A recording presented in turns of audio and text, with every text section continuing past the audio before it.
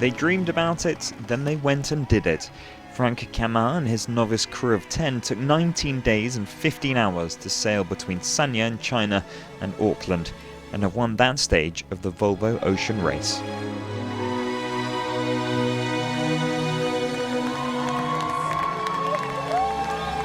Arriver en tête ici, c'est vraiment encore bien mieux qu'ailleurs.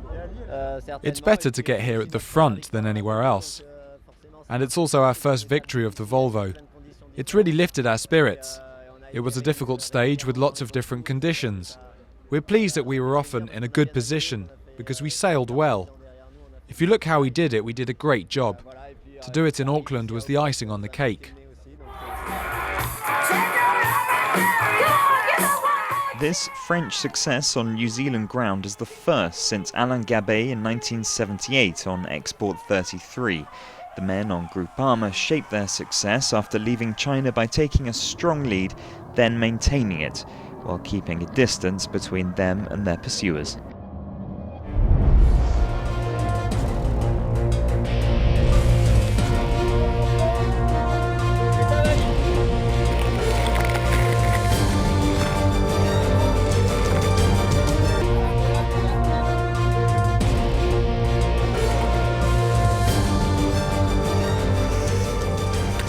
As a few miles from the finish, a deluge below deck almost threatened to take their victory away.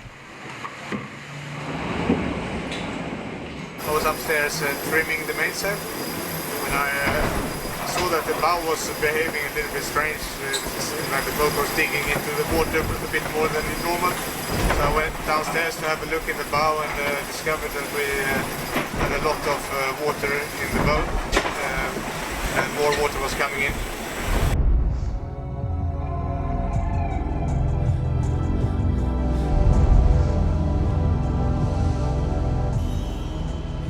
Thanks to their success on this leg of the Volvo Ocean Race, Camin and his men are now second overall. Next up is leg 5 between Auckland and Itajaí in Brazil.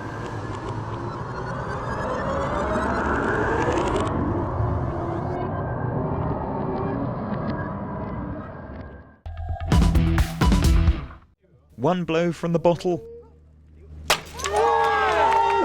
and the boat has been named.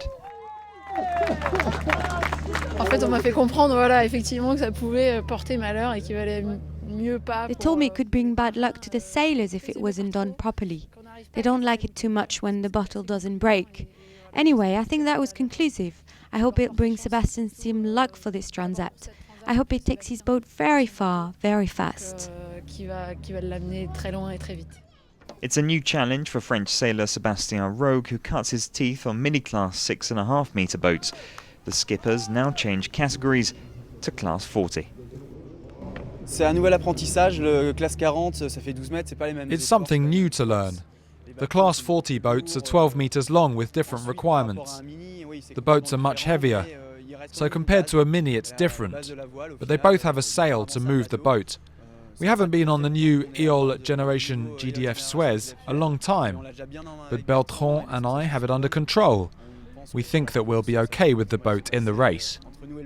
Le franchissement du cap en lui-même est une opération de communication intéressante pour les salariés. Crossing the Cape is in itself an interesting advertising operation for employees because they want to help out. It's our way of supporting Sebastian all the way. If we grow, so do our ways of advertising. It means we can be closer to Sebastian during the race. Accompanied by Bertrand Delaine, Sebastian's entered the Soledad du Chocolat, a race starting in France at Saint-Nazaire and ending in Mexico. Perfect conditions for a first test. It's still the longest of the transats at 5,000 miles. So when you get to the Caribbean, about the same distance as the Route du Rhum, there's still 1,500 miles to go. The difficulty is that there are no course markers until the West Indies. Once you get to the Caribbean, there's still quite a journey under Jamaica and Cuba, where there are always surprises right up to the finish. It makes the journey a little mythical and very interesting. We have to save some energy for the last 1,500 miles into the Caribbean Sea. It's not particularly physically demanding, but it's still a race. So you can't say at St. Barth that it's all over. Anything can happen. It's not just about the competition. Each boat carries the colours of civic projects funded by their sponsors. The second edition has already raised a lot of money. So to give you an idea, we bring together 63 companies that each give between 2,500 and 25,000 to charitable projects. Through the event, we've made more than 400,000 euros, which goes straight to charities. The 11 crews have already departed to follow in the footsteps of the old cocoa trade boats. It'll take them more than 3 weeks to reach Progreso in the Yucatan province of Mexico.